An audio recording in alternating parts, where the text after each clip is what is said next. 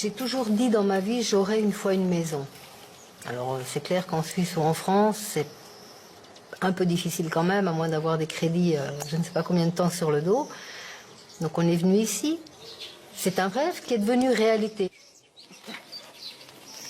On est libre, on a la piscine, on n'a pas le travail. Il y a des gens qui travaillent pour nous. Moi, je me mets sur mon transat, je mange un fruit, je lis, je me baigne, donc j'en profite.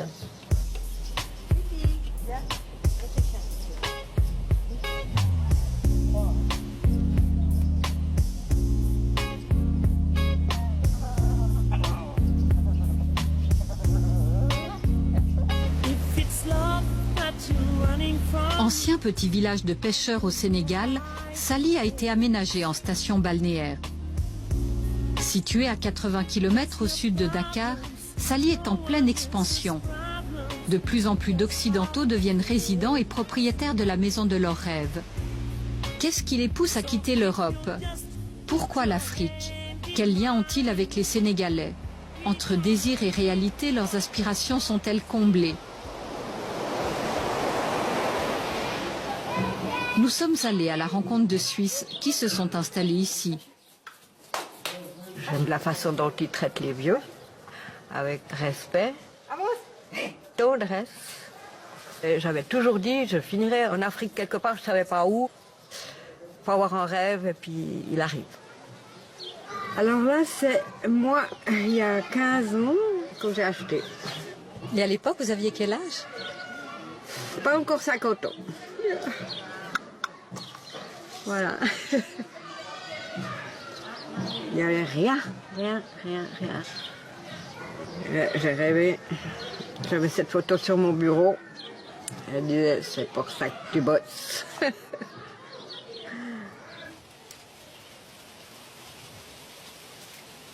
On aurait pu trouver un autre terrain et des autres. Mais c'est presque cet arbre qui nous a attirés. C'est quand même un peu le Jura. Un arbre comme ça nous rappelle un peu le Jura. Tandis que ça change ou bien des bananiers, les autres arbres.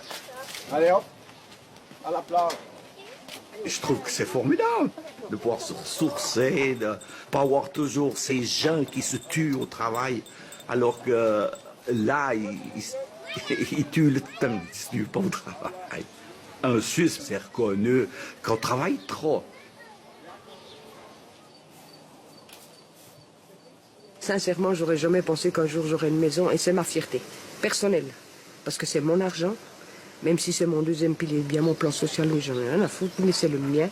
Et c'est ma fierté, c'est d'avoir ma maison au Sénégal. Voilà.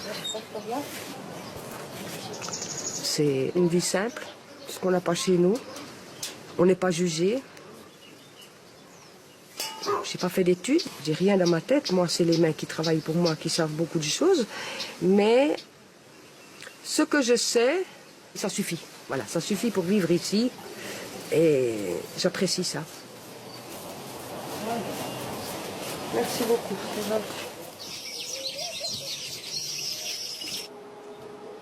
René et Jean Gasser étaient conducteurs au transport public genevois. Dans le Japon, ils trinquent encore parce qu'il y a un tunnel de raffinerie qui s'est effondré. Il y a 5 disparus. René a 58 ans. Il y a 7 ans, elle a quitté son travail et retiré son deuxième pilier.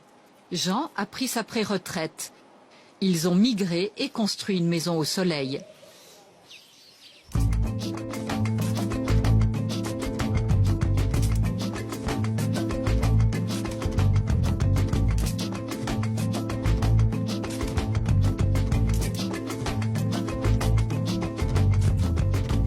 Qu'est-ce qui vous a motivé à venir vous installer ici? Moi, j'ai toujours voulu aller vivre en Grèce, en fait. Malheureusement, la Grèce est rentrée dans l'Europe, donc avec 130 ou 140 000 euros, on n'a rien en Grèce maintenant. Donc après, il a fallu aller voir un petit peu plus loin. On a regardé en République dominicaine. Il y a un point qui m'a, moi, choqué là-bas, c'était le fait de voir des gens avec des revolvers. Ça ne me plaisait pas trop. L'Asie, il paraît que c'est pas triste non plus au niveau des arnaques qui peuvent se faire. Au Kenya, on a eu quand même quelques déboires. On s'est fait braquer en dehors de la maison. Mon mari a eu un revolver sur le ventre. Heureusement, on n'a jamais été blessé ni quoi que ce soit, mais enfin, il s'est quand même tout fait voler. Et ça marque. Après avoir acheté une maison au Kenya, ils ont cherché un autre pays où s'établir, plus sûr pour eux. Conseillés par des internautes, ils sont arrivés au Sénégal il y a 5 ans. Ici, c'est clair, c'est possible qu'il y ait des vols dans des maisons, mais enfin, ils vont pas essayer de vous tuer d'abord. Ils vont rentrer, ils vont prendre ce qu'ils peuvent, et puis voilà, quoi. Ouais, pêcheur. C'est Ibra. Salut, chef. Oui, ça va. Tu m'as amené quoi? Des poissons. Quoi comme poisson? Des lottes avec sol, avec barracuda. Viens, on montre ce que t'as amené. Oui. T'en as combien de lots? Il y a de 2 lottes. Je te dis une. Ça, c'est Tu 2. as mes comptes avec moi, hein? Ça fait combien? Tout à 2,8 kilos. Oui. Ça fait quand même très peu qu'on vient au Sénégal. Maintenant, on arrive à la retraite et puis tout n'était pas en rose des fois de la vie. Michel, il a remis son domaine, tout s'est pas passé comme on prévoyait. En plus de ça, il a brûlé avec sa porcherie qui avait 200 cochons dedans. Ça l'a un petit peu déstabilisé, ça l'a rendu un peu malade. Et puis le soleil, ça fait du bien pour les nerfs. On a dit on veut changer de vie un peu. C'est pour ça qu'on est venu là. Depuis 10 ans, Michel et Béatrice Guignard ont quitté leur ferme de la vallée de Joux pour vivre la moitié de l'année ici, dans leur maison à Saly. Ça fait combien, ton poisson? 12 kilos. À 1500. Tu vas me ruiner? Oui. 1500, Ouais. 12 kilos. Ouais, ça fait 15 000. 10 kilos, 15 000. Ouais. 2 kilos, 3 000. Cadeau. T'as de la monnaie? Il n'y a pas de monnaie. Une fois, tu donnes ma cadeau. J'ai que ça. Non. 15 Tout ce type de discutation avec monnaie. Mais parce que tu me rends jamais Ça la fait monnaie. 4 ans Mais tu non, as tu me rends vendu. pas. Une fois, tu Il donnes... faut pas me gueuler ce matin. Ouais, non, c'est fini pour moi. C'est fini pour toi. Oui, donne-moi 25 000. C'est un cadeau. Oui. Encore. Philo! Non. Je vais aller trouver ta femme puis je veux lui dire. Elle va te taper. Mais normalement... Ça va attrister Oui, écoute, oui. là. C'est déjà d'Ibrahim, c'est pas marqué Crédit Agricole ici. Tu me dois 2000, tiens. Voilà, la vie de pêcheur.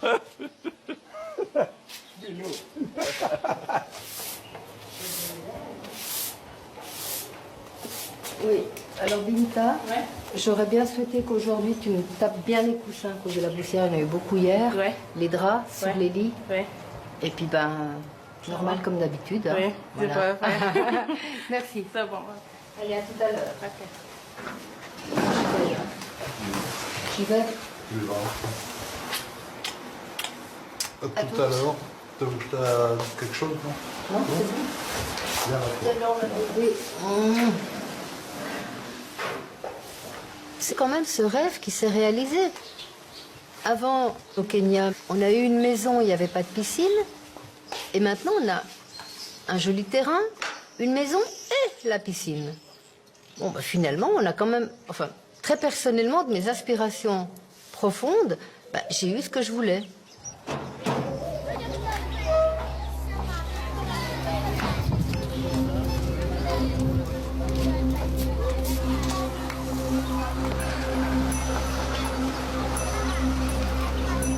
René et Jean Gasser ont fait le même choix que des milliers d'autres blancs, attirés par le soleil, les cocotiers et les prix de la construction. À Saly-la touristique, on devient propriétaire d'une case en résidence surveillée à partir de 50 000 €. Une maison face à la mer, c'est 150 000. Inaccessible pour la majorité des Sénégalais.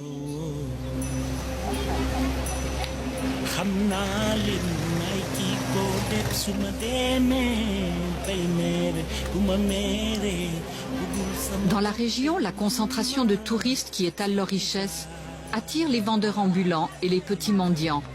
Pour eux, c'est une question de survie.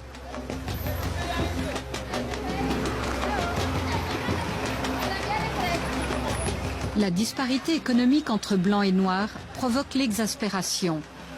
Ici, c'est le règne de la violence tranquille.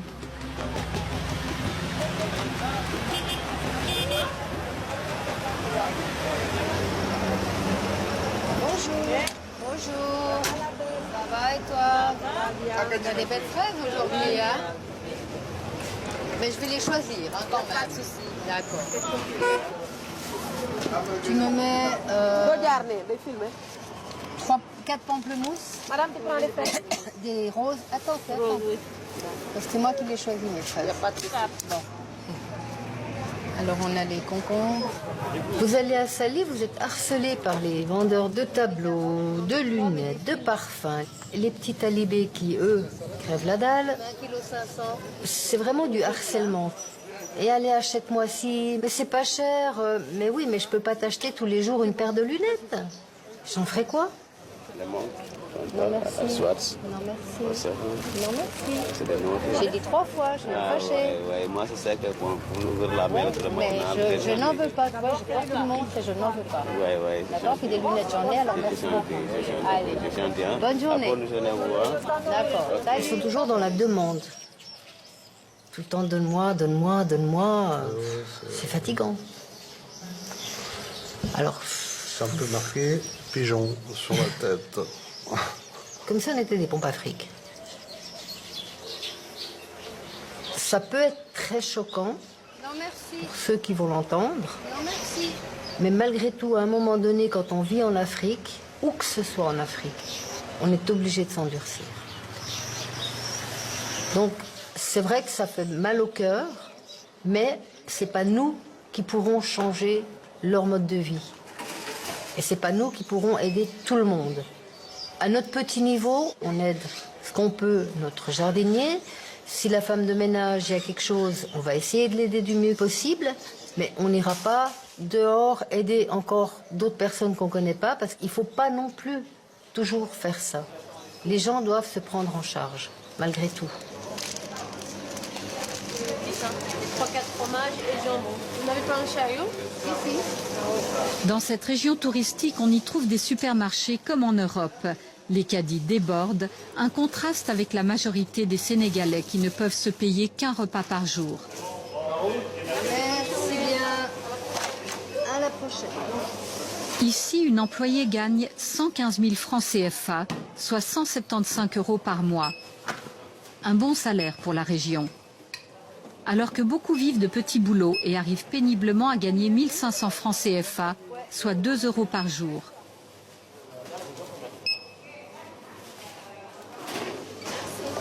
Ce jour-là, le montant des courses est supérieur au salaire de la caissière. 149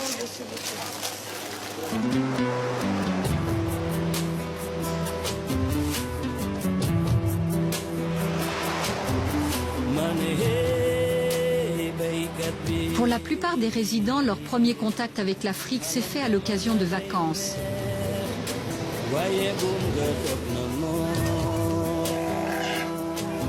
Le passage à la réalité est souvent un choc. C'est le cas de Martine, qui vit depuis 15 ans dans ce quartier, à l'écart du centre touristique. Ah, mais les vacances, c'est la belle vie. Les vacances, c'est nos problèmes.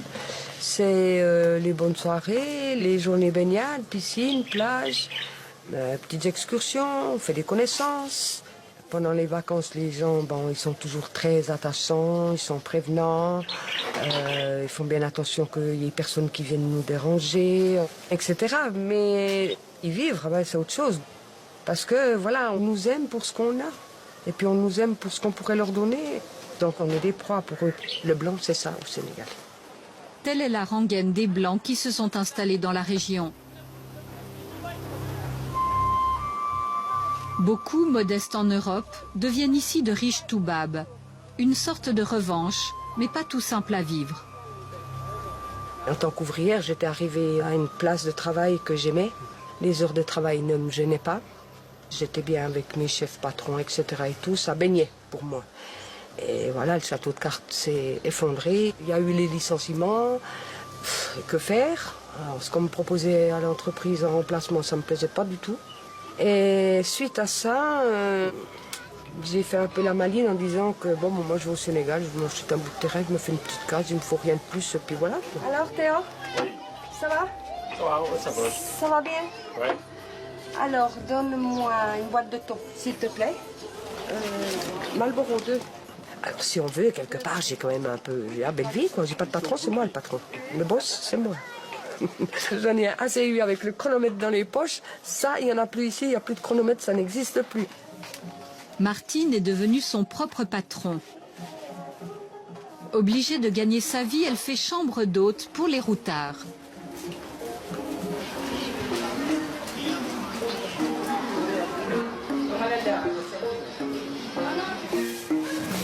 Nicole était informaticienne à Yverdon. Suite à de graves problèmes de santé et une période de chômage, elle décide de quitter définitivement le froid et la Suisse pour s'installer ici, où elle a fait un choix particulièrement atypique. J'avais le terrain et je voulais une maison. Et puis, il me fallait quelqu'un, un homme, pour m'aider à la construire. J'ai rencontré Mbaye. Bon, il me plaisait, et puis j'avais un œil dessus. Et là, moi, je l'ai dragué. Il m'a dit d'accord, tu me plais, on se plaît, mais moi, je veux une femme sénégalaise, je veux des enfants. Alors, si tu es d'accord, on démarre une liaison ensemble, mais moi, je veux une femme sénégalaise. Alors, j'ai accepté. On s'est rencontrés, Ami et moi. On a beaucoup parlé. Elle m'a plu. J'ai dit à Mbaye, d'accord.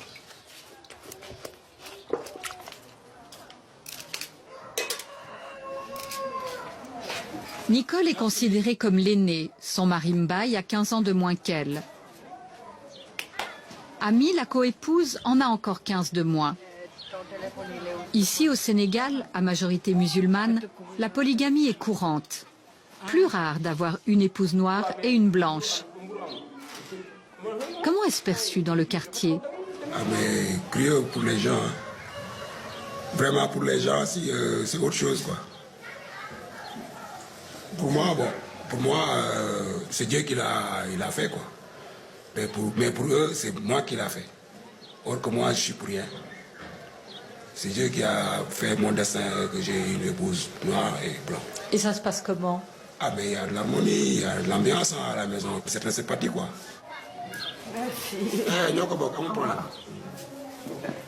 Nicole, qu'est-ce qu'elle représente?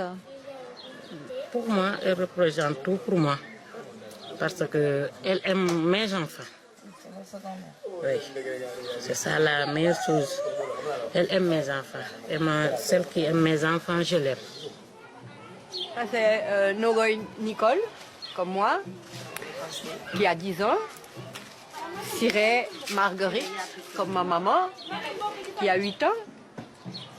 Et Mati Djamila, comme le deuxième nom de ma fille, qui a 4 ans. Voilà, c'est mes filles.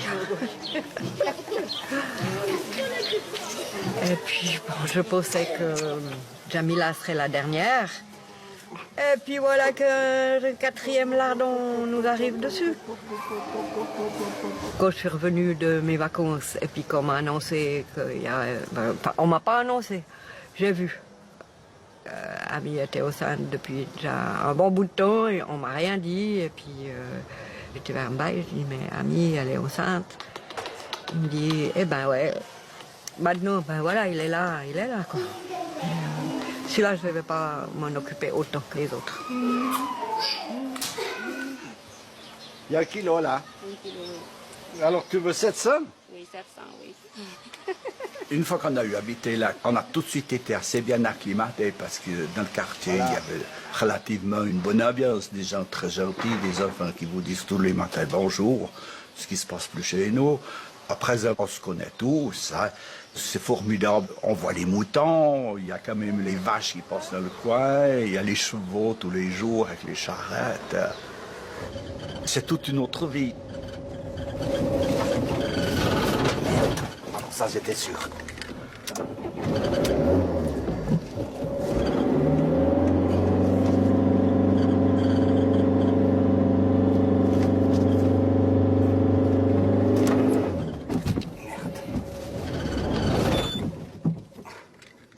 Ah, il y a beaucoup de sable à présent. Hein. C'est comme de la neige. Ça change. Puis j'aime bien être là. Mais l'évolution du monde n'a pas fait que ça s'améliore comme au début qu'on était. Il y a quand même aussi la mondialisation. Eux regardent aussi beaucoup la télé, ils voient ce qui se passe en Europe. Et à présent, on sent qu'il y a pas de la jalousie, mais ils croient qu'en Europe, l'argent nous tombe du ciel. Et voilà, mais autrement, c'est la tranquillité. C'était la tranquillité, mais un peu moins présent, parce qu'il y a l'électricité un peu partout, et puis il y a des haut-parleurs qui font un peu de bruit.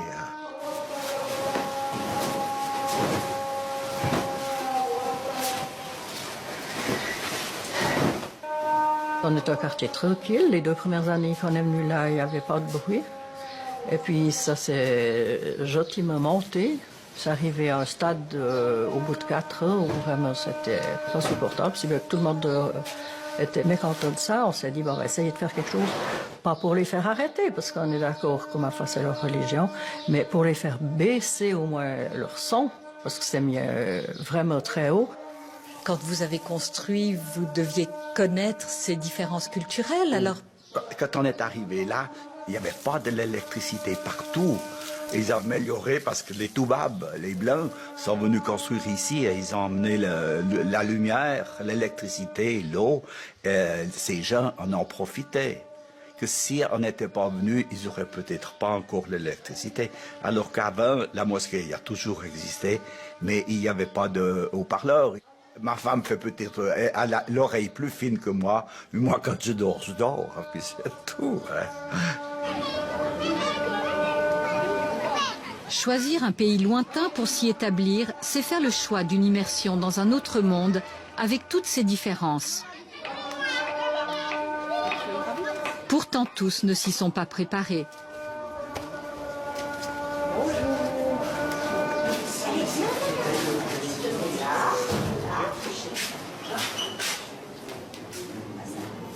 Tous les 6 mois, on doit venir faire tamponner notre permis de séjour. En fait, c'est un bout de papier qu'on n'ose même pas circuler avec, parce que si on le perd, faut tout recommencer, faut tout repayer, en bref.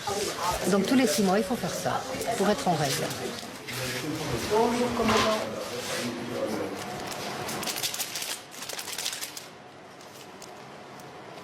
Et c'était comment? C'était lavé, les photos là? Non, mais je pense que c'est l'humidité. Je ne sais pas, parce qu'on les a toujours dans un coffre et apparemment, c'est pas très étanche. Il faudra que je trouve une solution pour les préserver, mais je ne sais pas comment encore. Vous savez, avant, beaucoup d'étrangers préféraient envoyer des intermédiaires. Non, nous, on était venus. Qu'est-ce que ça vous fait d'être en face d'une administration qui fonctionne différemment qu'en Suisse? Moi, ça m'embête un peu parce qu'il faut beaucoup s'aplatir, voilà. Honnêtement parlant, je trouve qu'il faut faire trop de salam alek. Et ça fait pas partie de l'attrait de mon éducation, en tout cas pas. Je pense que mon mari, c'est pareil. Non? C'est embêtant quand même de devoir tout le temps leur faire des courbettes. Ouais, il faut politesse. Il faut de la politesse excessive. Ça veut dire quoi? Excessive. Bonjour, comment allez-vous? Vous avez vu un petit peu comment tout le monde se salue au Sénégal, il faut faire pareil. Moi, je dis bonjour, je tends la main, ça va, ça suffit, quoi. Enfin, pour moi. Donc l'administratif ici vous pèse? Oui. Personnellement, oui, parce que c'est lent, c'est brouillon. Le reçu du trésor, la première fois que vous avez versé, on ne vous avait pas remis un reçu au trésor, ou bien c'est vous qui n'étiez pas? Je ne sais pas, parce que moi, il me semble que je ne l'ai pas. J'ai cherché, je ne l'ai pas. Et on avait été au Trésor, ils nous ont fait un certificat de paix. C'est une deuxième... Non, ça, c'est la toute première. Toute la première, c'est la première. Ouais. Si jamais... Et dans 6 mois, donc, on ramène tout le nouveau dossier. Ouais. Comme ça, on va retirer celui-là et on vous donne le nouveau, daté de 2013. Hein, parce que si on doit faire venir des papiers de Suisse, c'est un peu compliqué aussi. Hein. On va vous donner la liste. D'accord. Voilà. C'est gentil.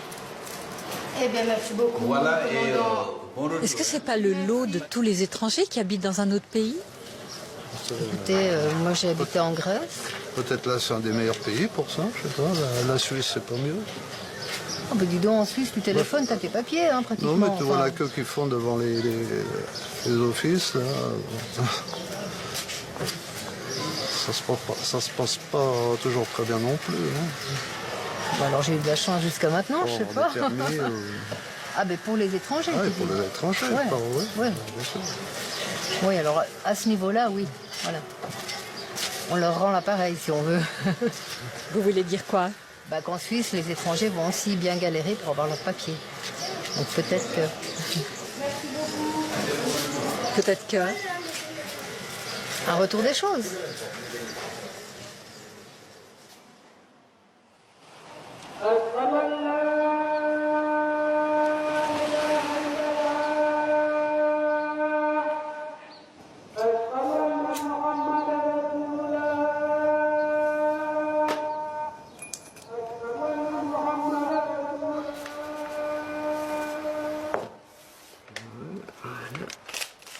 Avec les enfants, ça a un peu modifié ce que j'avais prévu pour ma retraite, c'est-à-dire dessiner, faire mes hobbies, bricoler.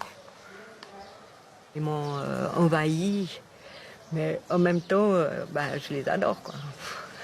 Elles sont trop craquantes. Et puis Jamila, je l'ai vue naître. J'ai mis du lait. Tu mélanges. Et puis avec Ami, c'est bien parce qu'on a chacune notre rôle. Elle fait les enfants. Alors, elle nourrit les enfants, moi je les torche, on pourra dire honnêtement parlant. Vous êtes quoi pour Ami? Pour Ami, je suis sa co-épouse, sa rivale, comme ils disent aussi. Elle ne m'a jamais dit, mais je crois qu'elle m'aime bien, hein, je sais pas. Moi je l'aime bien en tout cas. Je pense quand même qu'elle préférait ne pas avoir une autre épouse. Mais on est liés. Ami, c'est un peu ma fille. Elle a 3 autres plus que ma fille. Elle a vu que je ne lui prenais pas son mari non plus. Parce qu'au départ, quand on a commencé à habiter ensemble, on faisait le système local. 2 nuits chez une, 2 nuits chez l'autre. Et puis Ami était quand même très jalouse. Moi, un peu. Le premier jour que Mbaye avait fait 2 jours avec Nicole, cette nuit-là, moi, je n'ai pas dormi. Après, Nicole avait dit que pour elle, ça va. Mbaye ne passe plus la nuit, 16 heures. Moi, je passe la nuit avec Mbaye. Donc on a fait comme ça. Puis quand on avait envie l'un de l'autre, quand Ami était au marché, voilà. Quoi.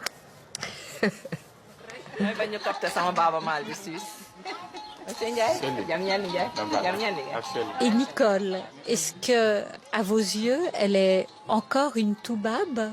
Maintenant, non. Elle n'est pas toubab. Elle est plus qu'africaine. Elle est africaine. Plus qu'africaine, ça. Parce que maintenant, elle est entre nous. Tout ce qu'on parle, on lui dit. Elle n'est pas suisse, non. Le toubab, Gandam Olof, le Elle est sénégalaise. Waouh. L'ambiance du poil.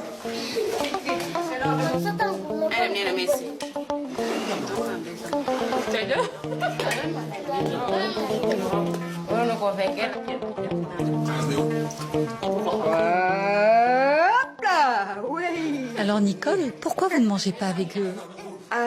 J'aime pas trop le poisson, le épicé, être couinés les uns à côté des autres comme ça. Moi j'aime bien jouer des coups de... Ah oui, ouais, chut. Oh. J'aime bien manger dans mon propre bol et puis avoir de l'espace pour manger. Voilà. Ah oui, je mange comme un Suisse, presque. Sauf je mange pas de gruyère. Hein? Pas de gruyère ici. Cette année, il faut que je bosse. Hein. L'année passée, c'était la galère. La galère. Je fais 2 clients au mois de décembre. Tu sais, c'est pas terrible. Hein. Et cette année, moi, j'ai besoin de... Allez, Elsa, vas-y. Moi, j'ai besoin de travailler quand même. C'est vrai, c'est dur. Hein.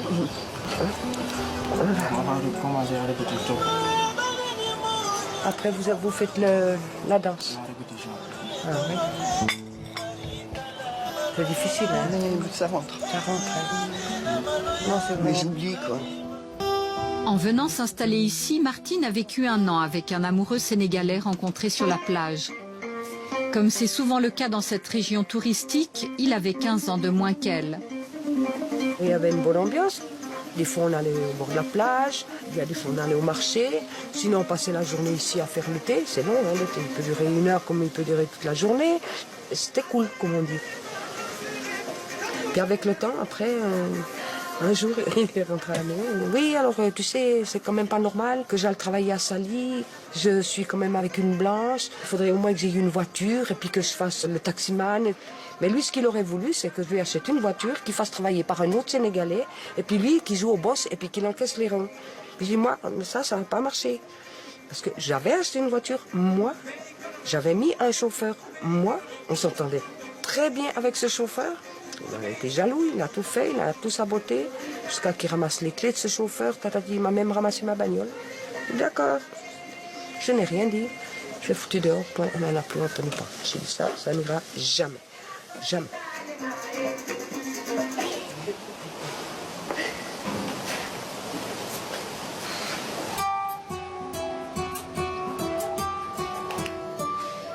Ah, et voilà. Bonjour. Avec la disparité économique en toile de fond, amour et amitié déçues, entachées par l'argent, sont nombreuses. Salut, gros. Mais toutes les histoires ne finissent pas mal. Bonjour, chef. Salut, Michel. Arrête de peser sur le ventre. Je Quand on est venu là, on a connu justement un pape qui était à l'époque chauffeur taxi. Et on a lié d'amitié comme ça. Et après, on a vu quand même que c'était pas un Sénégalais qui était comme les autres. C'était le type qui était peut-être un peu plus à l'heure, d'autres discussions que toujours cadeau.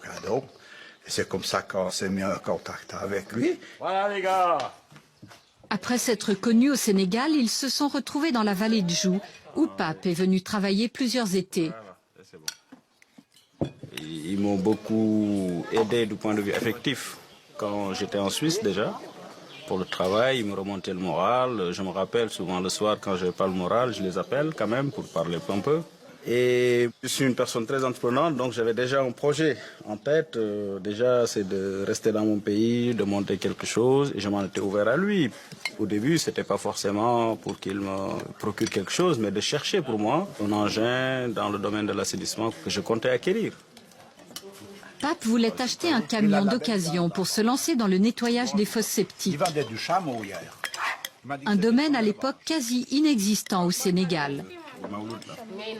On lui a fait venir quelques camions pour l'aider, hein. Mais c'est lui qui a payé, hein, ces camions, si ça passe. On a avancé l'argent. Mais une fois qu'il a eu l'argent pour nous rembourser, il nous remboursait petit à petit par rapport à ce qu'il travaillait. On a essayé d'aider Pape parce que premièrement, il nous a bien reçus de son pays, hein. On était vraiment contents de lui. Et lui, à l'heure actuelle, on est content de se revoir. Je veux dire, pas des fois on s'engueule, parce que des fois on n'a pas la même politique, hein. Mais on a toujours des discussions qui sont très bien, aussi bien sur son pays que sur la Suisse. Ils ont beaucoup contribué à l'essor de mon entreprise aujourd'hui au Sénégal. Quelque part, si je réussis, c'est pour vraiment le remercier, leur dire, voilà, moi, je mérite la confiance que vous avez placée en moi. Aujourd'hui, Pape possède 15 camions et dirige une centaine d'employés. Il a des mandats à travers tout le pays.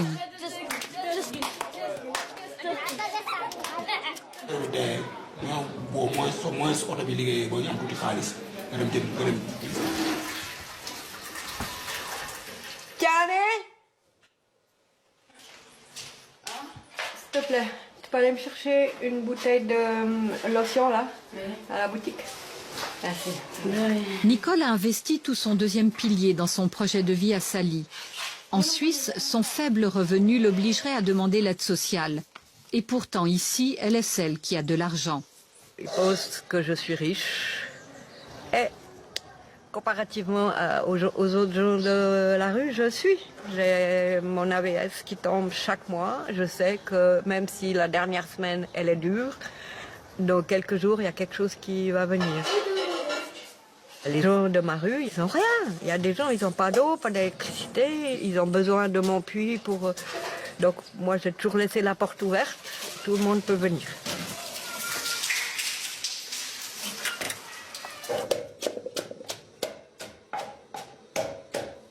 Vous tournez avec combien chaque mois? Votre AVS, c'est quoi? C'est 1159. Je prends 1000 francs suisses par mois pour la vie ici. Une moitié va pour eux et l'autre moitié pour moi, pour mes sorties, plus qu'une moitié va pour eux. Je couvre la base, le sac de riz, l'huile, le savon. Et puis moi, je couvre les enfants, l'école. C'est moi qui veux les mettre dans le privé. Eux, ils les mettraient à l'école publique. Mais moi, ça fait partie de mon côté militant pour des petites filles musulmanes, qu'elles puissent peut-être un jour s'en sortir. C'est un peu un échange de bons procédés. Vous aidez financièrement la famille africaine et ils vont s'occuper de vous? Exactement. Je ne les paye pas, mais c'est comme ça. Voilà. Est-ce que votre vie serait très différente s'il n'y avait pas l'aide de Nicole? Non. Pour moi, ça ne serait pas difficile. Il n'y a pas de différence. Avant de me marier avec Mbaye, je me débrouillais. J'avais mon frigo, je faisais mes jus de bissap avec du gingembre pour aller le vendre. Nicole est partie l'autre fois en vacances, sans rien laisser ici. Mais moi, je me débrouille, parce que moi, je suis comme ça. Avant, Mbaye participait aux frais de la maisonnée. Depuis quelques années, une infection douloureuse l'empêche de travailler. Est-ce qu'il y a une inversion des traditions? D'habitude au Sénégal, un homme a 2 femmes quand il peut contribuer pour 2 femmes. Et là, c'est votre femme qui doit aider parce que vous êtes malade. Oui, ma femme, elle m'aide beaucoup. Surtout les enfants et les affaires de la maison, quoi. Surtout les enfants. Mais côté finance, si je n'ai pas de l'argent, ma femme, elle a de l'argent, elle va participer. C'est notre coutume, ça. C'est le coutume sénégalais. Mais ce que je voulais, c'est de le faire moi-même.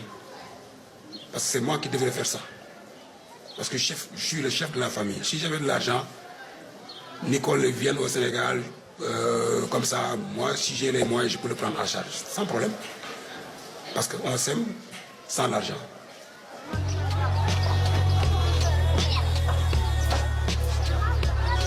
Nicole est aussi très sollicitée, que ce soit dans son quartier ou par la famille élargie. Elle a résolu le problème à sa façon. Moi, je ne donne rien à personne. J'estime que je suis le soutien financier de mon mari, amis, les enfants.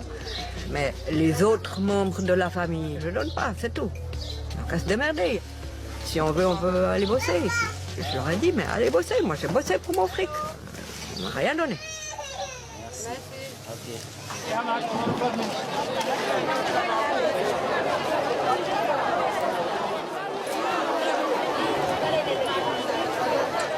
Au Sénégal, le taux de chômage est de 40%. La plupart des Sénégalais se lèvent le matin sans savoir comment ils vont gagner de quoi assurer leur repas quotidien.